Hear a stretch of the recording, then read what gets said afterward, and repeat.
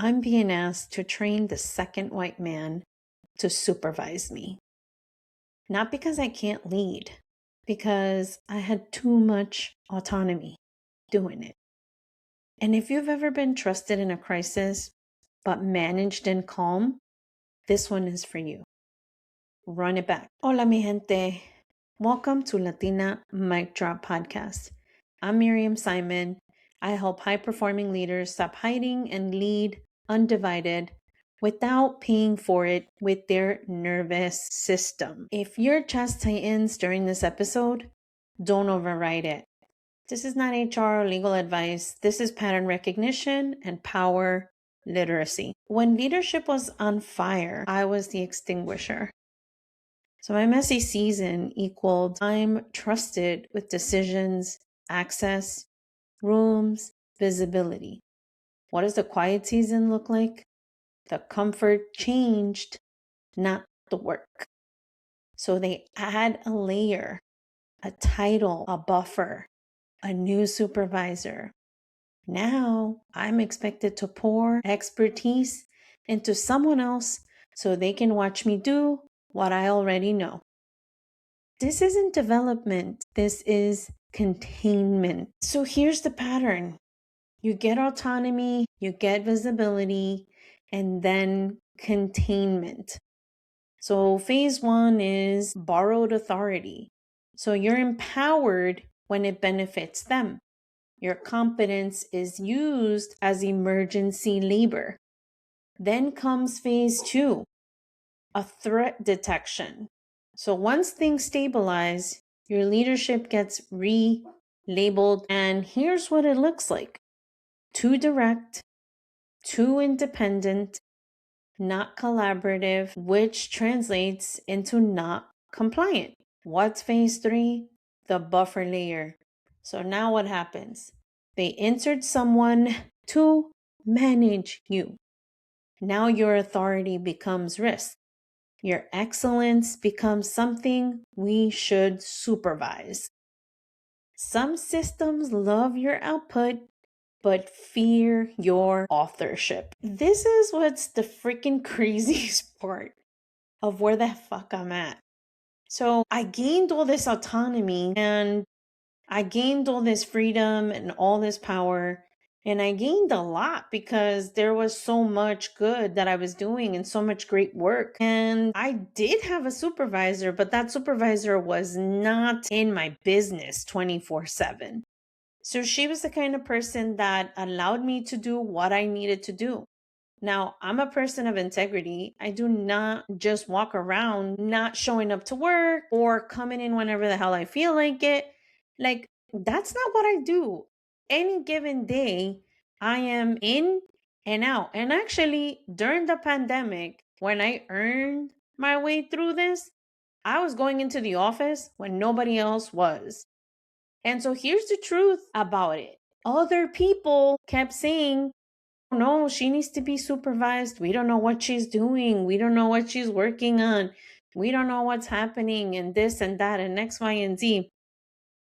And then they said, well, you know what? We need somebody to supervise her. So now this is the second white guy that I have to train that I am being asked to sit with. And all the basics and fundamentals are being asked of me to share. And now they don't ask me directly. It's all implicit, right? And so now what does this do to your body? So my body knew the truth. I was sharp, fast, effective. And then when they started managing my autonomy, my body read it as danger. Not because I'm fragile, because my body has receipts. So what happens is that I started clocking containment.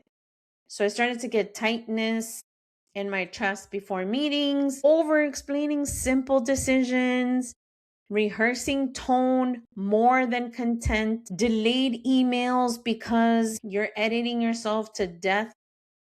And the delayed emails were me just rereading and rereading and rereading and rereading, knowing that what I was going to get back was a micromanaged response from one person. No matter what the fuck I did, no matter what the hell I send, no matter how I do it, there is always a no, you're doing it wrong. No, you need to do it this way. Maybe you need to say that this way. Everything, it didn't matter what. They were on a mission and have been on the mission to show me how I'm so bad. Not just to me, but to everybody else. Like kind of like saying you're not who you think you are. You're not where you've earned your place. You're not. And that started to have a lot of feelings. I have a tight chest just talking to you now. Just knowing that this is a possibility for other people. It's so messed up. And it is something that really exhausts you. And you begin to have resentment towards people because it doesn't match the workload. And the reality is that I wasn't policed like this before. And so you're not burnt out from the work, you're burnt out from the self editing. And this is where my divided leadership versus undivided leadership comes in. So I split myself to keep others comfortable for a very long time. I led from wholeness without auditioning for permission, is what I learned. So in the beginning, I was splitting myself. I was doing everything thinking, how do they want to receive it? How can I write it or put it in a way that they are going to accept it? Here's the reality. There was no fucking accepting it. There was no approval of it. Regardless of what was being sent, regardless of how the email was written, there was always fault in what was going out. Now I went from being the best employee to now being one that was highly criticized. I went from being the one with the most autonomy to the one that is mostly scrutinized. Even till today, if I walk out that door earlier because I came in earlier or I worked other hours because we do have flexibility, I feel they are watching me. I feel that they are looking for me, and there's one person who is probably the person that has been assigned to do so, to check on me during that times to see if I am going to respond. Of course, I always respond because I know what my hours are and I know what I need to do and I know what I'm responsible for. Anything that's on me, best believe that will not fall through the cracks. Now, what other people do, I can't tell you what other people do because controlling other people, you can only give them as much as possible. They need to be able to do it on their own. I've done the thing where you do what you need to do to keep the peace, right? Where you soften your voice, you over explain your instincts, and you call your power collaboration so nobody feels threatened. But that's not leadership. That's performing safety. And here's the thing, I'm so sick of it. I'm so sick of it. That's why I ended up speaking my truth. I ended up posting what's really happening. I ended up talking about what's going on. And Unreal, listen, I am one of the people that is the most self-aware, and I am definitely accountable for my things. And I am definitely hold myself to a different standard than other people. And I know that being Latina is held to a different standard. And I know that being a woman is even held to a different standard. And when you are as brilliant or more brilliant than others, it's unfortunate how other people react. Now, I've worked for secure people and I've worked for insecure people. And the secure ones never, ever, ever have an issue with me. They are the ones that are like, oh, if you know the answer, then let's get it out there. If you know what to do, just go ahead and do it. If you can help us figure this out, let's give you credit for doing it. If you're the person that's the one that's making it happen, fine, go ahead. And then I've worked for insecure leaders. Those that are, how do I even explain this? Those are the ones that are absolutely threatened, who cannot be in the same room with you by themselves because they can't even keep their facial expressions to themselves. They just want to overpower you, and they will set you up to look like a fool. They will set you up and ask you questions that make you look dumb. And that's the goal. The goal is to put you in situations where you don't look good, where you don't perform, where you don't have answers. And they deliberately set you up for this. So now when you have that, of course you're going to feel like crap. I'm not the kind of person that's going to put somebody out there in a meeting or in front of other people and make them look dumb. Like, I don't play that game. I don't need to bring somebody else down to make somebody feel good about themselves, or for myself to feel good about myself by bringing somebody else down. That is not how I roll. And I will definitely not be playing the game. You can keep the power, you can keep the position, you can keep the authority you think you have. But in reality, the impact that you have and the impact that I have is very different. The people that respect me are very different people than the people that are kissing your ass, because that's what it is. It's not really about liking you. It's mostly because they have to do it in order to get something from you because they know that's what you like. But here's the thing. This is one thing that you can write down and you can identify if this is what's happening. So first you want to privately name it. This is containment because, and then you identify the trigger. Autonomy, access. I mean, that access that has been taken away from me, the visibility, the decision rights. I mean, me having to ask for permission and having to ask for permission and having to ask for permission. The good thing is that I know how to work around these things, and the visibility, I know how to work around that myself already. And the access I already have, like, it's too late. They would literally need to take me out in order for all of this to die down. But they continue to try. Step 2 is you're going to stop donating your authority for free. So you're going to say, I'm happy to support a transition. So what decisions will remain mine after training this new person? After showing them what you need to do, right? What is the expected timeline for this oversight layer to be evaluated? Which responsibilities am I being to be measured on, mine or his? If I'm accountable for outcomes, I need direct decision rights in writing. And so these are the ways that you can continue to have the different decision points, the different outcomes, and the different responsibilities so that you understand what are yours and what are theirs. Because trust me, these people sometimes are easy to take credit and they will begin to not bring you into the room so that they can keep it for themselves. And step 3, you want to build a paper trail and choose your lane. So ask for role clarity in writing, responsibilities, approval thresholds, decision rights, and then decide whether you want to adapt, escalate, or exit. But do it consciously. So now I've been at the same place for 3 years and I'm not going to quit. I am not going to walk out. I am not going to give them the satisfaction. I've worked very hard to get to where I'm at. There is no reason. So I don't get it, but this is what they continuously do. This is what organizations can do to a person to keep you contained. And so I want you to be able to recognize this when this happens to you, because I want you to consciously be able to decide whether you adapt to the situation, whether you escalate it, or you exit. Now, what I've been doing is keeping myself grounded, keeping my value away from what they think, because obviously for other people, I'm just not a good fit for them.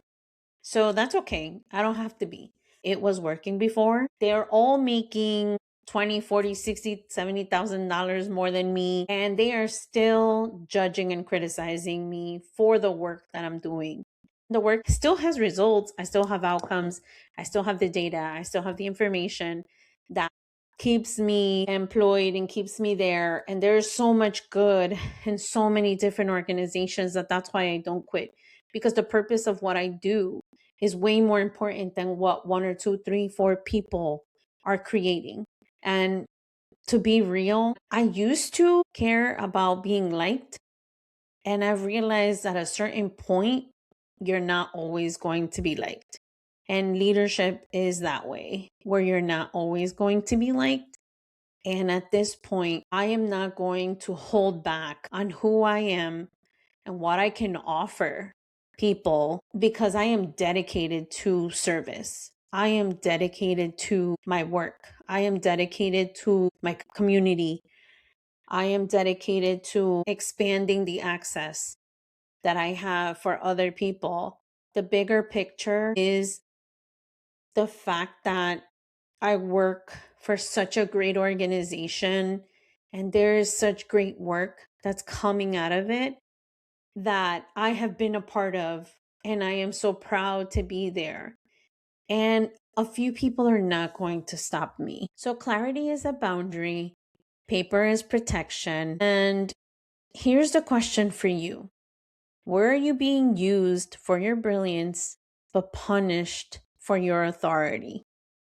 And here's a quick reflection that you can make.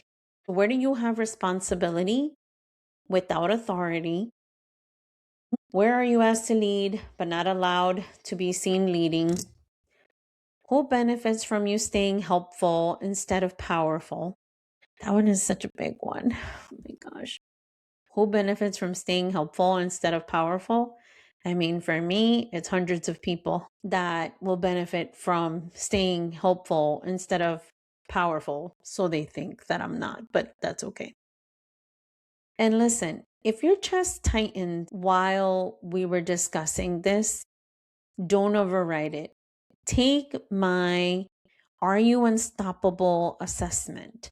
I created an unstoppable score, and it gives you a clear baseline on where you're hiding, editing, or managing other people's comfort so you can lead undivided. Comment undivided, email me at info@miriamsimon.online and I'll send it to you. I'll leave it in the comments. You could take a look at the podcast notes.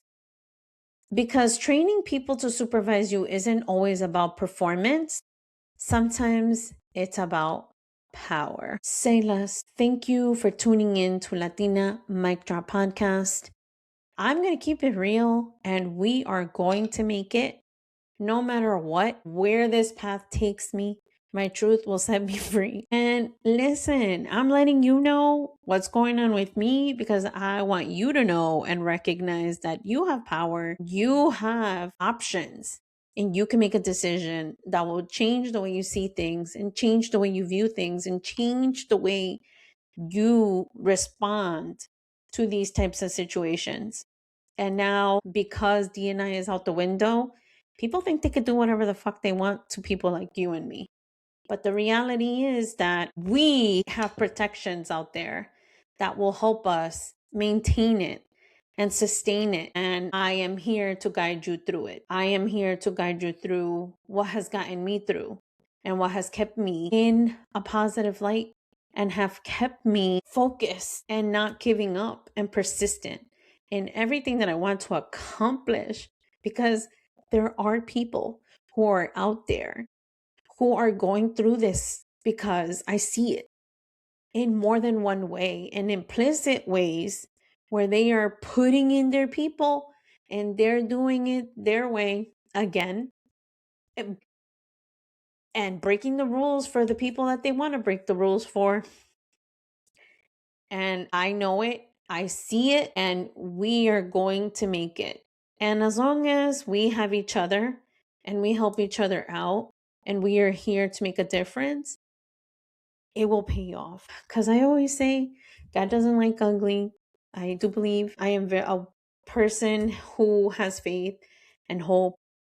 And listen, thank you for listening to Latina Mic Drop. I'll see you on the flip side. Let's keep our head up. Take care.